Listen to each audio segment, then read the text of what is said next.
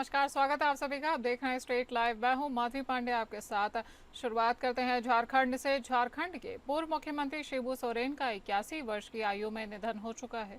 उन्होंने दिल्ली के सर गंगा राम अस्पताल में अंतिम सांसें ली हैं। उनका 1.5 महीने से इलाज चल रहा था। प्रधानमंत्री नरेंद्र मोदी ने सोमवार को दिल्ली में सर गंगा राम अस्पताल जाकर झारखंड के पूर्व मुख्यमंत्री शिबू सोरेन को श्रद्धांजलि अर्पित की है। इस दौरान उन्होंने शिबू के बेटे और झारखंड के मुख्यमंत्री हेमंत सोरेन को सांत्वना भी दी है। प्रधानमंत्री नरेंद्र मोदी के सर गंगा राम अस्पताल में शिबू सोरेन के अंतिम दर्शन करने के दौरान झारखंड के मुख्यमंत्री हेमंत सोरेन अपने आंसू नहीं रोक पाए। प्रधानमंत्री मोदी ने हेमंत के कंधे पर हाथ रखकर सांत्वना भी दी। इस दौरान हेमंत सोरेन की पत्नी कल्पना सोरेन भी वहां पर मौजूद थी। झारखंड आंदोलन के पुरोधा पूर्व मुख्यमंत्री और झामुमो के संरक्षण दिशोम गुरु शिबू सोरेन के निधन पर राज्य सरकार ने 3 दिनों के राजकीय शोक की घोषणा की है। राज्य में 4 अगस्त से 6 अगस्त तक राजकीय शोक रहेगा। इस दौरान राष्ट्रीय ध्वज आधा झुका रहेगा और किसी भी प्रकार के राजकीय समारोह को आयोजित नहीं किया जाएगा। झारखंड सरकार ने दिवंगत नेता के सम्मान में 4 और 5 अगस्त को राज्य सरकार के सभी कार्यालयों, शैक्षणिक संस्थानों और सार्वजनिक कार्यालयों को बंद रखने का निर्णय लिया है। झारखंड विधानसभा का मानसून सत्र, जो कि 7 अगस्त तक चलने वाला था, शोक स्वरूप अनिश्चितकालीन के लिए स्थगित कर दिया गया है।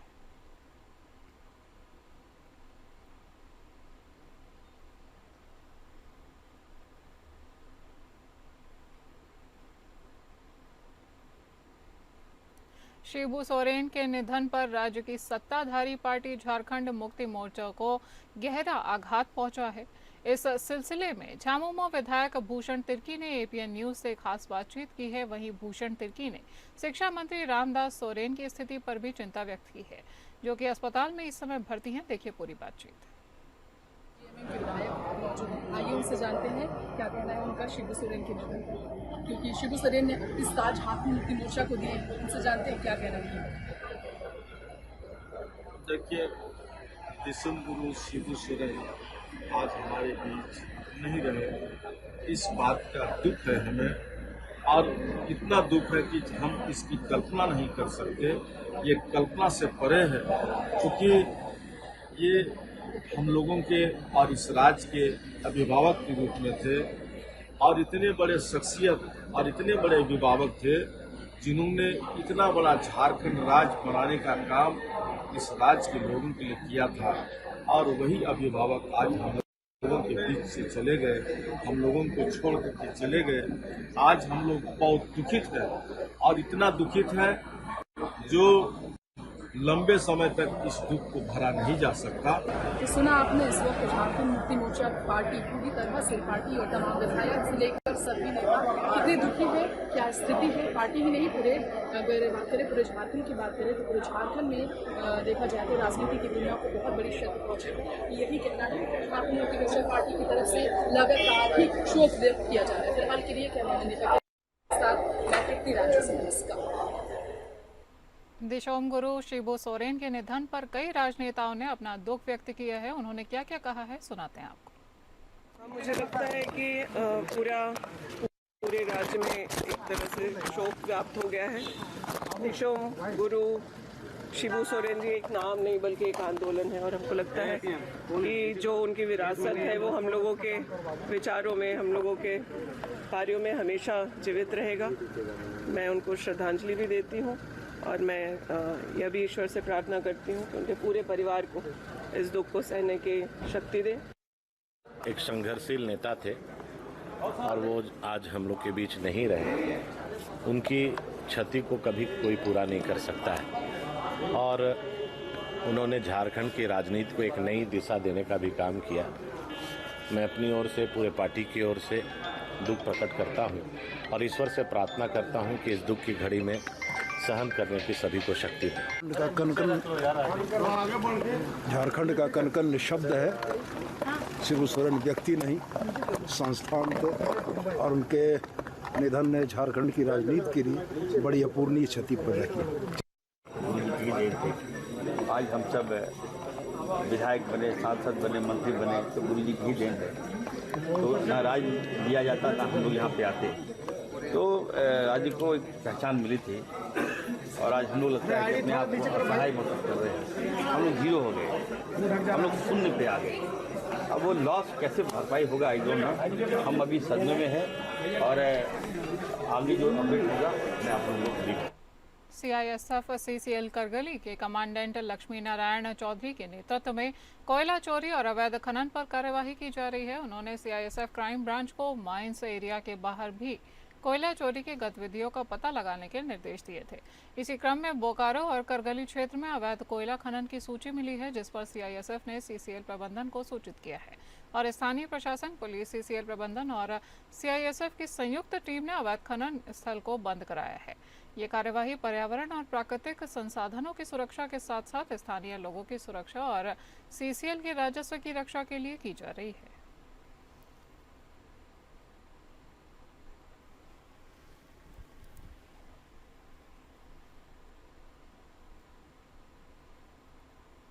बात करेंगे बिहार की। बिहार में शिक्षकों की नियुक्ति में डोमिसाइल नीति को लागू कर दिया गया है और विधानसभा चुनाव से पहले नीतीश कुमार का ये एक मास्टर स्ट्रोक माना जा रहा है।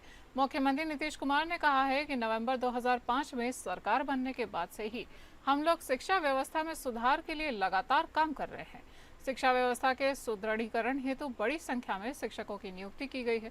शिक्षकों की बहाली में बिहार के निवासियों यानी डोमिसाइल को प्राथमिकता देने हेतु शिक्षा विभाग को संबंधित नियमों में आवश्यक संशोधन करने के निर्देश दिए गए हैं।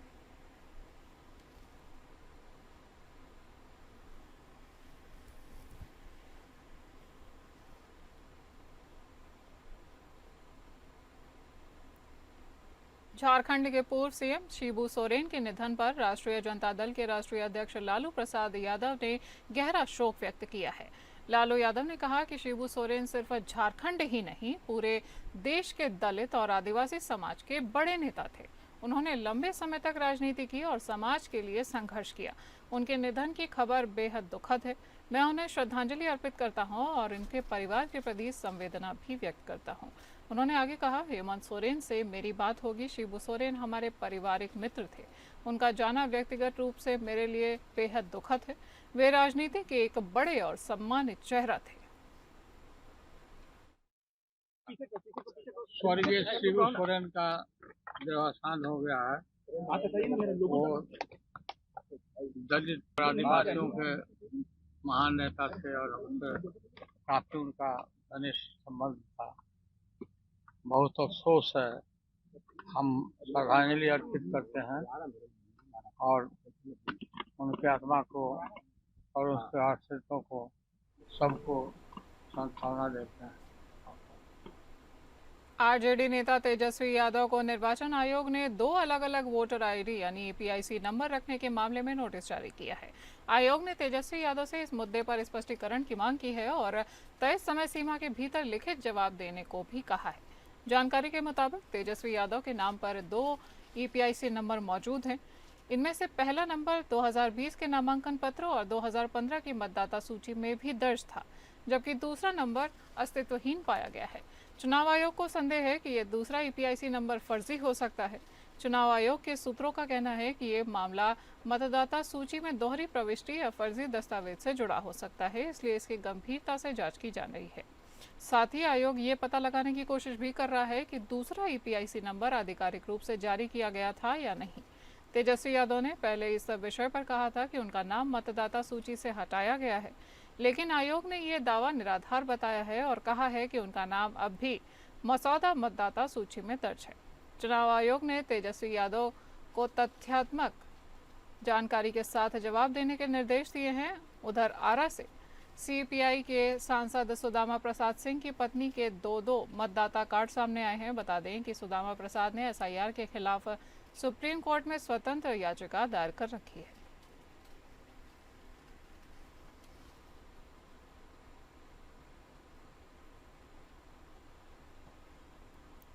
केंद्रीय मंत्री गिरिराज सिंह ने राहुल गांधी और तेजस्वी यादव पर तीखा हमला बोला है।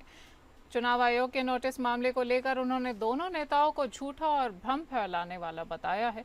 गिरिराज सिंह ने कहा कि राहुल गांधी और तेजस्वी यादव सिर्फ झूठ बोलकर जनता को गुमराह करते हैं। ये एसआईआर जैसे विषयों पर भी गलत बयान देते हैं और अपने वोटरों से भी बचते हुए नजर आते हैं। उन्होंने आगे कहा कि इन नेताओं ने संवैधानिक संस्थाओं का भी सम्मान नहीं किया, चुनाव आयोग जैसे महत्वपूर्ण संस्थान को भी नहीं बख्शा और उस पर अभद्र टिप्पणियां तक कर डाली। गिरिराज सिंह ने कहा कि जो खुद को भावी मुख्यमंत्री समझते हैं, अगर वो इस तरह से झूठ बोलकर लोगों को भ्रमित करेंगे तो संस्थान अपनी कानूनी जिम्मेदारी निभाएगा और कार्यवाही जरूर की जाएगी। देखिए, जब झूठा ये राहुल गांधी, तेजस्वी यादव ये केवल भ्रम फैलाते हैं झूठ बोल करके, और ये एसआईआर पर झूठ बोलते बोलते अपने वोटर पर भी झूठ बोलने का काम किया। और ये एक ऐसा संवैधानिक संस्थान है, इसको भी ये कभी नहीं बख्शा। गाली देने का काम, क्या क्या नहीं कहा। तो जो अपने को भावी चीफ मिनिस्टर मानते हैं, अगर तेजस्वी यादव इतने नीचे झूठ बोल करके भ्रम फैलाएंगे तो वो संस्थान तो आखिर अपना कानूनी कार्रवाई करेगा। सेवा, सुशासन और गरीब कल्याण के 11 वर्षों की उपलब्धियों को जन जन तक पहुंचाने के उद्देश्य से आयोजित 11 किलोमीटर की पदयात्रा में शनिवार को जन सैलाब उमड़ पड़ा। ये भव्य पदयात्रा दिनारा विधानसभा क्षेत्र के भलूनी धाम से प्रारंभ होकर देवड़ी धाम तक निकाली गई है, जिसका नेतृत्व भाजपा प्रदेश कार्य समिति सदस्य अखिलेश कुमार ने किया है। इस जनसंपर्क यात्रा में हजारों की संख्या में श्रद्धालु, भाजपा कार्यकर्ता और स्थानीय नागरिक शामिल हुए हैं। पदयात्रा के दौरान विभिन्न जन कल्याणकारी योजनाओं की जानकारी भी लोगों को दी गई है, जिनमें मुफ्त राशन, किसान सम्मान निधि, महिलाओं को आरक्षण, आयुष्मान भारत योजना, मुद्रा योजना, मुफ्त बिजली और धार्मिक स्थलों का विकास शामिल है।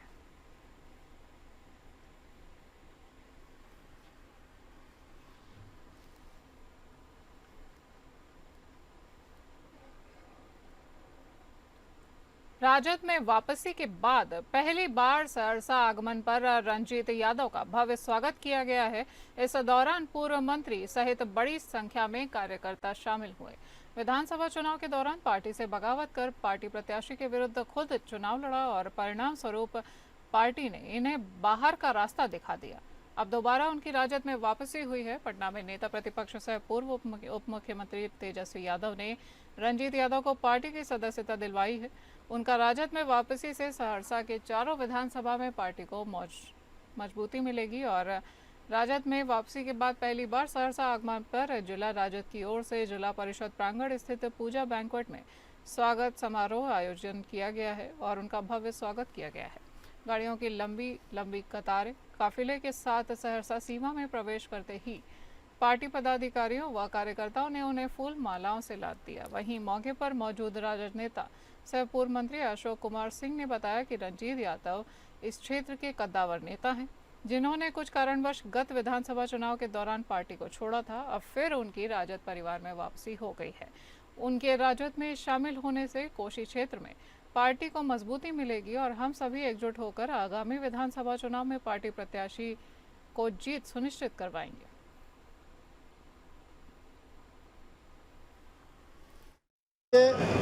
मैं तो मिजाज का भी शुरू से राष्ट्रीय जनता दल का आदमी रहा हूं और सामाजिक न्याय का पक्षधर रहा हूं। मैं 2020 में भी पार्टी के खिलाफ नहीं लड़ा था।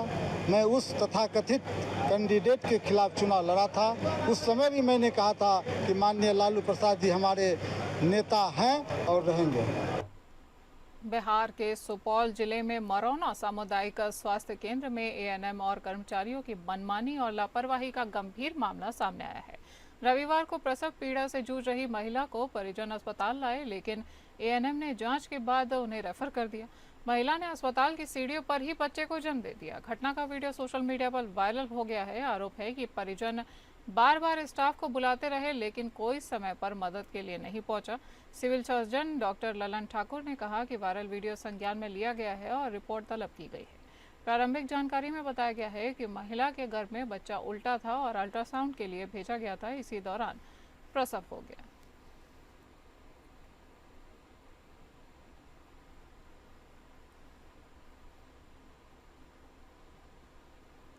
रोहतास जिले के सासाराम और आरा पथ के संजौली थाना क्षेत्र के बैरी मठिया के पास एक दर्दनाक सड़क हादसा हुआ है। कार की टक्कर से बाइक सवार 2 युवकों की मौत हो गई है। मृतकों की पहचान गोपाल कुमार और पवन कुमार के रूप में की जा रही है, जो दोनों विक्रमगंज थाना क्षेत्र के मतोली गांव के रहने वाले थे। सासाराम की ओर से आ रही कार ने विक्रमगंज की ओर से आ रही बाइक में टक्कर मार दी और हादसे में एक युवक की मौके पर ही मौत हो गई है, जबकि दूसरे को इलाज के दौरान सदर अस्पताल सासाराम ले जाया गया और जहां पर उसने दम तोड़ दिया है। घटना के बाद कुछ देर के लिए जाम की स्थिति बन गई है, जिसे बाद में पुलिस ने संभाल लिया। संजौली थाना पुलिस ने शवों को कब्जे में लेकर पोस्टमार्टम के लिए सदर अस्पताल सासाराम भेज दिया है। पुलिस ने कार को जब्त कर लिया है और आगे की कार्यवाही अभी जारी है। जा रहा था संझौली बाजार फल लाने के लिए। हाँ। तो धक्का लग गया गाड़ी से, बैरी पीछे कौन संझौली बाजार फल लाने के लिए। सासाराम के बेलाड़ी में स्थित एक निजी परिसर में जन कल्याण सेवा समिति के द्वारा शाहबाद महोत्सव का आयोजन किया गया है, जिसे महिलाओं ने बढ़ चढ़कर भाग लिया है। इस दौरान महिलाओं ने हरी हरी साड़ियां पहनकर कार्यक्रम में शामिल हुई हैं एवं कई प्रस्तुतियां भी दी हैं। कार्यक्रम का उद्घाटन सासाराम की मेयर काजल कुमारी ने दीप प्रज्वलन कर किया है। इस दौरान महिलाओं ने रंगारंग प्रस्तुति के साथ ही एक दूसरे को सावन महोत्सव की बधाई भी दी है। कार्यक्रम में महिलाओं ने सावन से जुड़े गीतों को भी गाया। वहीं सासाराम नगर निगम की मेयर काजल कुमारी ने बताया कि समाज में महिलाओं की सशक्त भागीदारी है और सावन महोत्सव के माध्यम से महिलाओं ने एकजुटता दिखाई है। आज महिलाएं घर से निकलें तथा समाज में अपनी भूमिका को निर्धारित करें। समाज के विकास में महिलाएं कंधे से कंधा मिलाकर भागीदार बने। भी किया गया और आगे चलकर म्यूजिकल चेयर का भी किया जाएगा। बहुत ही अच्छा लगता है जब महिलाएं घर से निकलकर अपने लिए कुछ वक्त निकालकर उस समय को व्यतीत करती हैं और उस पल को जीती हैं। और बहुत बहुत शुभकामनाएं दूंगी और कमेटी को खास करके धन्यवाद दूंगी कि इस तरह का कार्यक्रम किया जा रहा है महिलाओं को आगे लाने के लिए। नो डाउट कि महिलाएं आज हर क्षेत्र में आगे जा रही हैं, लेकिन जो महिलाएं आज घर में हैं, वो घर में जो आज संडे भी है तो कहीं ना कहीं उनके लिए कोई संडे नहीं होता है, वो हर वक्त काम में व्यस्त रहती हैं। और ये कमेटी का एक बहुत अच्छा पहल है प्रत्येक वर्ष ये कराकर। भागलपुर जिले के सबौर प्रखंड अंतर्गत चायचक गांव में गंगा का कटाव लगातार कहर बनकर टूट रहा है। बीते कुछ दिनों से नदी की धार तेजी से किनारों को निगल रही है। प्रशासन द्वारा कटाव रोधी कार्य भी किए जा रहे हैं, लेकिन वे पूरी तरह से कारगर साबित नहीं हो रहे हैं। इस कटाव का सबसे दर्दनाक उदाहरण सीता देवी नामक एक महिला का है, जिन्होंने खेती मजदूरी कर 5 लाख रुपए जोड़कर एक पक्का मकान बनाया था। दुर्भाग्य से गृह प्रवेश की रस्म भी पूरी नहीं हो पाई थी और उनका पूरा घर गंगा में समाहित हो गया। सीता देवी की आंखों में आंसू हैं, दिल में टीस है। उनका कहना है कि हमने मेहनत से एक एक ईंट जोड़ी थी, अब सब कुछ खत्म हो चुका है। हम लोग भूखे प्यासे हैं। प्रशासन से मांग है कि या तो हमें घर दें या मुआवजा। गांव के अन्य लोग भी दहशत में हैं। हर गुजरते दिन के साथ गंगा की धार और नजदीक आती जा रही है। लोगों का डर और गुस्सा और लाचारी साफ झलक रही है। प्रशासन ने अब तक कटाव रोकने के लिए कुछ प्रयास किए हैं, लेकिन स्थानीयों का कहना है कि जो कार्य कर रहे हैं वो सिर्फ औपचारिकता लगते हैं। क्या बनना है बस, अब हमरा कोई चीज व्यवस्था करेगा तभी हमरा कोई उपाय है। अब हमरा देखो कितना कटी रहो है, अब कोई व्यवस्था नहीं है। अभी घर बनने अभी हम पूजा नहीं दिल कुछ नहीं, याद 2 सालों से कटिए रहो है, हम की करवा लगी छोड़। करेंगे छत्तीसगढ़ का। छत्तीसगढ़ के रायपुर में निर्माणाधीन विधानसभा भवन का कार्य तेजी से अपने अंतिम चरण पर पहुंच चुका है। मुख्यमंत्री विष्णुदेव साय, विधानसभा अध्यक्ष डॉक्टर रमन सिंह और उप मुख्यमंत्री अरुण साफ ने निर्माण कार्य का निरीक्षण किया है और अधिकारियों को सितंबर 2025 तक कार्य पूरा करने का निर्देश दिया है। नए विधानसभा भवन की विशेषताएं हैं। क्या क्या विशेषताएं हैं आपको बताते हैं। 52 एकड़ क्षेत्रफल में निर्मित है। ये भवन वहीं आधुनिक तकनीकी विशेषताओं और सांस्कृतिक सौंदर्य से ये युक्त होगा। 3 प्रमुख विंग होंगे। विधानसभा सचिवालय, मुख्यमंत्री और विधानसभा अध्यक्ष के कार्यालय और मंत्रियों के कार्यालय भी इसमें होंगे।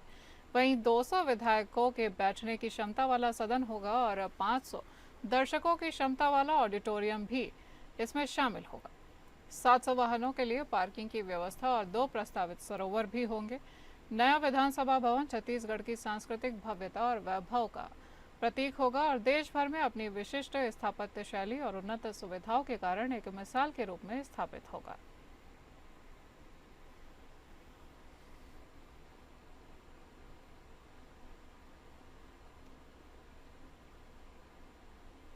उप मुख्यमंत्री अरुण साव ने बिलासपुर के गौरेला, पेंड्रा, मरवाही जिले में रतनपुर से पेंड्रा नेशनल हाईवे सड़क निर्माण कार्य का निरीक्षण किया है। उन्होंने अधिकारियों को निर्देश दिया है कि सड़क निर्माण कार्य समय पर पूरा किया जाए और राहगीरों को किसी भी प्रकार की परेशानी का सामना न करना पड़े। उन्होंने सड़क निर्माण की गुणवत्ता की जांच भी की है और गुणवत्ता में किसी प्रकार की लापरवाही न होने के निर्देश दिए हैं। उप मुख्यमंत्री के निर्देश में सड़क निर्माण कार्य समय पर पूरा हो, इस बात का ध्यान रखा गया है। वहीं सड़क निर्माण में गुणवत्ता का विशेष ध्यान रखा जाए, ऐसे भी उनके निर्देश हैं। संकेतक बोर्ड लगाने और पुल निर्माण का काम निर्धारित समय पर पूरा हो, ये भी उनके निर्देश में शामिल हैं। वहीं उप मुख्यमंत्री ने निर्माणाधीन सड़क का औचक निरीक्षण किया और अधिकारियों को निर्माण कार्य में देरी होने पर नाराजगी जताई। उन्होंने कहा कि अगर किसी प्रकार की परेशानी है तो समय पर अवगत कराया जाए, लेकिन सड़क निर्माण में देरी नहीं होनी चाहिए।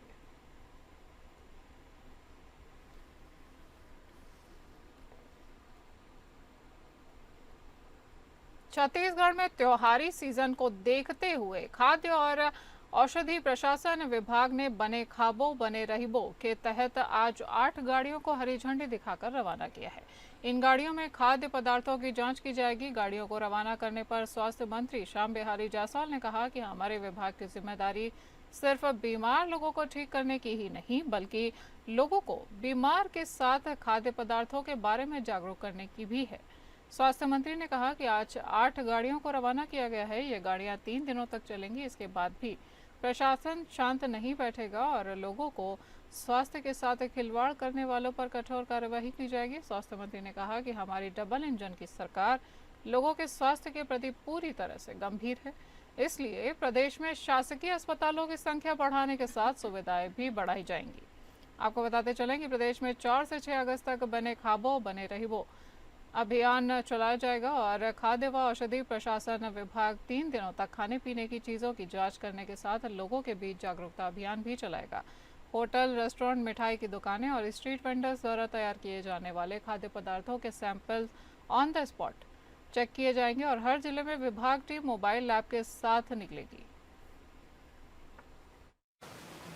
देखिए, हमारे पास सभी जिलों में हमारा विभागीय अमला लगा हुआ है और इन गाड़ियों के माध्यम से 3 दिनों में जोन बना दिया गया है। सभी जिलों में हम 33 जिलों में एक जन जागरूकता अभियान त्योहारों से पहले अपने गाड़ियों के माध्यम से, सोशल मीडिया के माध्यम से, आप सब लोगों के माध्यम से हम लोग एक अभियान चला रहे हैं। अभी हमारी और गाड़ियां भी हम 16 और गाड़ी अभी लाने वाले हैं। इसके बाद तीसरे चरण में पूरे 33 के 33 जिलों में एक चलित प्रयोगशाला सहित गाड़ी रहेगी जो जन जागरूकता भी करेगी और खाद्य पदार्थों की जांच भी करेगी।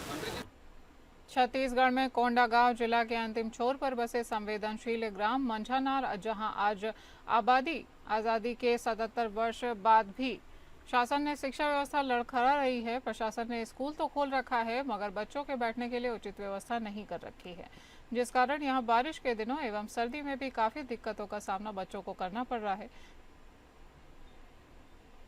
यहाँ मैं अकेले शिक्षिका हूँ। मुझे किसी भी सामान के लिए ये संकुल जाना पड़ता है, हमेशा मीटिंग में तो स्कूल छोड़ के जाना पड़ता है, बच्चों को छुट्टी देना पड़ता है। किसके भरोसे बच्चे को छोड़ोगे? और बाथरूम की भी बिल्कुल सुविधा नहीं है, तो इन सब चीज़ों की सुविधा होनी चाहिए यहाँ। मेरा नाम ज्योति कश्यप है, मैं सहायक शिक्षक पद पे हूँ मंझानार स्कूल में जी। मेरा पोस्टिंग 28 मार्च को मैं यहाँ आई हूँ। इस स्कूल की व्यवस्था देख के मुझे ऐसा लगता है, बहुत ही जर्जर अवस्था में स्कूल है। बस निवेदन है कि स्कूल अच्छे से बन जाए, सभी बच्चों के बैठने की व्यवस्था अच्छे से हो जाए। बरसात के दिनों में बहुत परेशानी होती है यहाँ, और पास में नदी ही है तो डर बना रहता है टीचर लोग के लिए कि बच्चे वहाँ जाए, कुछ घटनाएं मत हो। स्टेट लाइव में आज के लिए इतना ही। नमस्कार।